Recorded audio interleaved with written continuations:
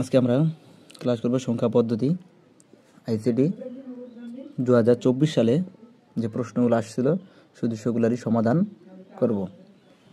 2024 সালে একটা প্রশ্ন আসছিল ঢাকা বোর্ডে, ইমন বার্ষিক পরীক্ষার ফলাফল বিশ্লেষণ করতে গিয়ে দেখলো বাংলা, ইংরেজি ও আইসিটি বিষয়ে সে যতক্ষণে 5 হেক্সাডেসিমেল 1 2 3 অক্টাল 7 দশমিক নম্বর পেয়েছে। প্রশ্ন গ নম্বর, যে উদ্দীপক ইমনের ইংরেজি বিষয়ে প্রাপ্ত নম্বর হেক্সাডেসিমেলে রূপান্তর করো। তাহলে গ নম্বর অ্যান্সার ঢাকা বোর্ড 24।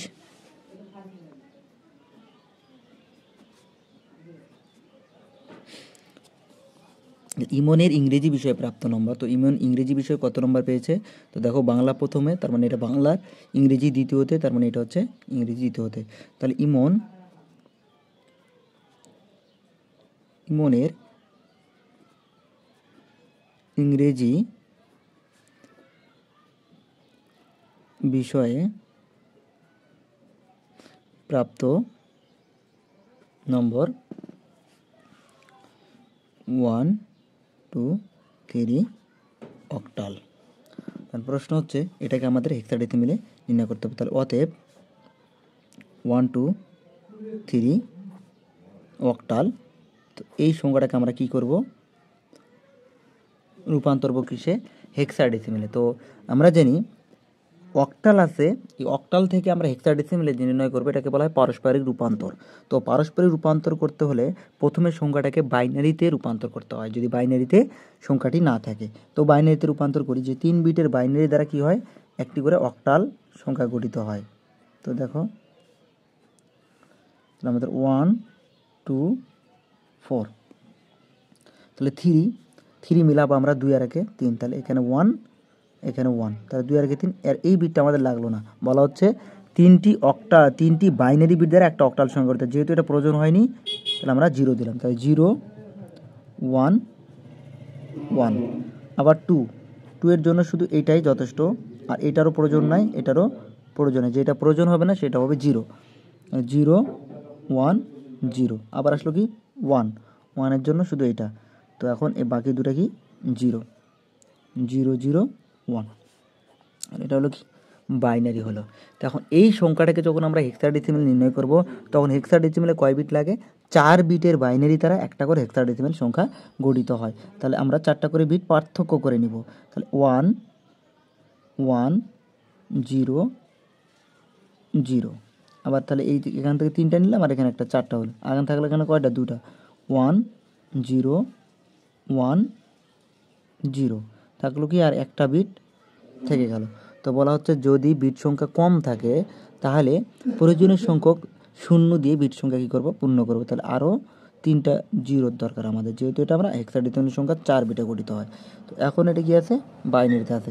তো এখানে একটা সংখ্যা গঠিত হবে, এখানে একটা, এখানে একটা। তো আমাদের 4 বিট বাইনারি সংখ্যা নিয়ে একটা হেক্সাডেসিমেল সংখ্যা গঠিত হয়। তো দেখো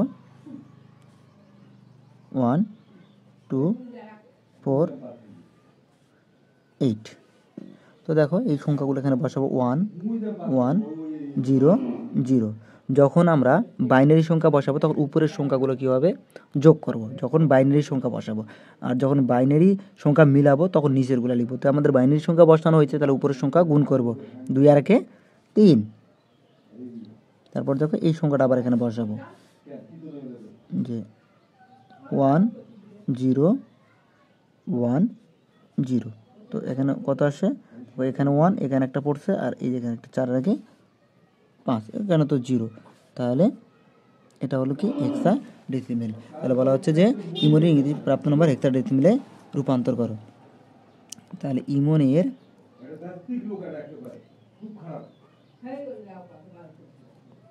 ইংরেজি বিষয়ে প্রাপ্ত নম্বর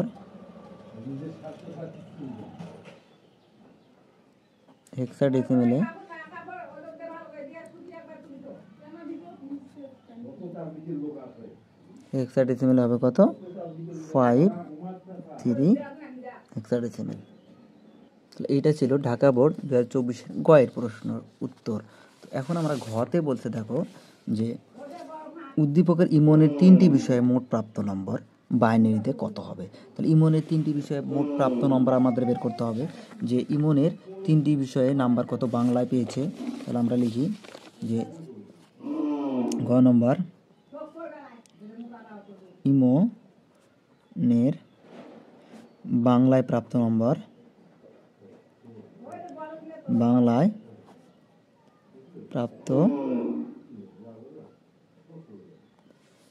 ইমনের বাংলায় প্রাপ্ত নম্বর হচ্ছে 5C হেক্সাডেসিমেল।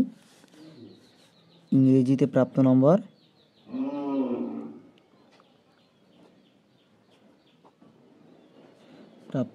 হচ্ছে 123 অক্টাল এবং আইসিটিতে প্রাপ্ত নম্বর হচ্ছে 7710।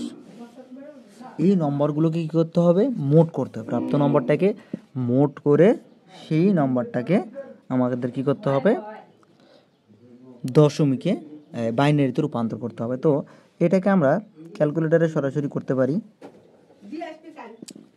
দেখো যে এই 5C হেক্সাডেসিমেল সংখ্যাটাকে সরাসরি আমরা কিসে রূপান্তর করে নিব, দশমিকে রূপান্তর করে নিতে পারবো। তো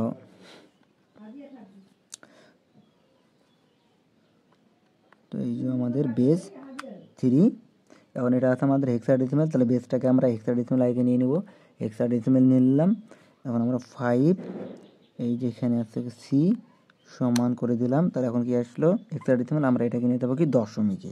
তো দশমিকে ডেসিমেলে নিয়ে গেলে 92, কত আসলো 9210। আবার এটাকে যদি করি 123 অক্টাল আছে, তো এটাকে আগে বেসটাকে ঠিক করে অক্টাল করে নিলাম, 123 চাপলাম সমান দিলাম। এখন আমরা ডেসিমেলে নিয়ে যাব 83, আর এটা আমাদের কি আছে 7710 করা আছে। তাহলে এখন আমরা লিখবো যে ইমনের মোট প্রাপ্ত নম্বর, ইমনের মোট প্রাপ্ত নম্বর দশমিকে তাহলে করে নিই। তাহলে 9210 যোগ 8310 যোগ 7710। তো এখন সবগুলো আমরা কি করব, যোগ করব। তাহলে 92 যোগ 83 যোগ 77, তাহলে 25210। এখন এই যে 25210 যে সংখ্যাটা আসলো, দেখো এই সংখ্যাটাকে আমরা কি করব, 25210 সংখ্যাটিকে আমরা বাইনারিতে রূপান্তর করব। যেহেতু প্রশ্ন বলছে বাইনারিতে রূপান্তর করো, তাহলে এখন 25210কে বাইনারিতে রূপান্তর করা হলো।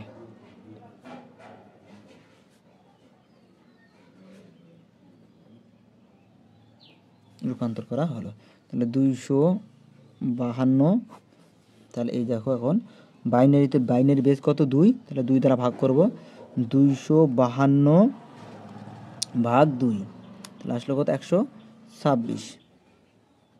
দেখো পূর্ণ সংখ্যা আসলে যদি ভাগ করে পূর্ণ সংখ্যা আসে, ভগ্নাংশ না আসে, তাহলে টান দিয়ে আমরা 0 লিখব। আবার 2 দ্বারা ভাগ করব, ভাগ 2 দিয়ে দিলে 63, পূর্ণ সংখ্যা আসে তাহলে আবার 0, আবার 2 দ্বারা ভাগ করব। তো 2 দ্বারা ভাগ করলে 31.5, তো 31.5 আসলো। তাহলে 31 হচ্ছে পূর্ণ সংখ্যা, 31 আমরা লিখলাম। আর এই যে ভগ্নাংশ সংখ্যা আসলো না 0.5, এর সাথে আমরা বেস কত 2 আছে 2 গুণ করে দেবো, 0.5 এর সাথে 2 গুণ করব। তাহলে এই যে 0.5 গুণন 2 করলে আসবে আমাদের 1, তাহলে এই জায়গায় 1 বসবে। যদি পূর্ণ সংখ্যা না আসে, ভগ্নাংশ আসে, তাহলে পূর্ণ সংখ্যাটা আমরা বাম দিকে বসাই দিব, ভগ্নাংশ সংখ্যা যেটা আসবে সেই ভগ্নাংশ সংখ্যার সঙ্গে বেস দ্বারা গুণ করে যেটা গুণফল বেরোবে সেটা আমরা ডান দিকে বসাবো। আবার 31কে ভাগ করব, 31 ভাগ 2, তাহলে আসে কত 15.5, তাহলে 15টা আমরা লিখলাম। তাহলে 15.5-এর আমরা তাহলে 0.5 থাকলো, 0.5কে 2 দ্বারা আবার গুণ করলে কত আসে? 1 আসে। তো আবার 2 দ্বারা 15 ভাগ করব, তাহলে ভাগ 15 ভাগ 2, তাহলে কত? 7.5 আসবে। তাহলে 7.5 মানে কি? ওই 0.5 যদি 2 দ্বারা গুণ করি তাহলে আবার 1, আবার যদি 2 দ্বারা গুণ করি তাহলে এটা কত আসবে? 3.5, তাহলে 3.1, আবার 2 দিয়ে দিলে দেখো 3 যদি ভাগ করি 3 ভাগ 2, তাহলে আসে কত? 1.5। তাহলে 1 হচ্ছে কি পূর্ণ সংখ্যা না? এই যে 1.5, তাহলে 0.5কে আমরা কী করবো? এই যে 0.5 এর সাথে আমরা 2 গুণ করবো। তাহলে 0.5 এর সাথে যদি আমরা 2 গুণ করি তাহলে কত আসবে? 1 আসবে। তাহলে এদিকে 1। আবার আমরা কি করব? 2 দ্বারা 1কে ভাগ করে, তাহলে 0, অর্থাৎ এই বাম দিকে যখনই 0 আসবে তখন আমাদের কাজ শেষ হবে। তারপর আমরা নিচ থেকে উপরের সংখ্যাগুলো লিখব। তাহলে দেখো যে 252.10 এর সমতুল্য বাইনারি, সমতুল্য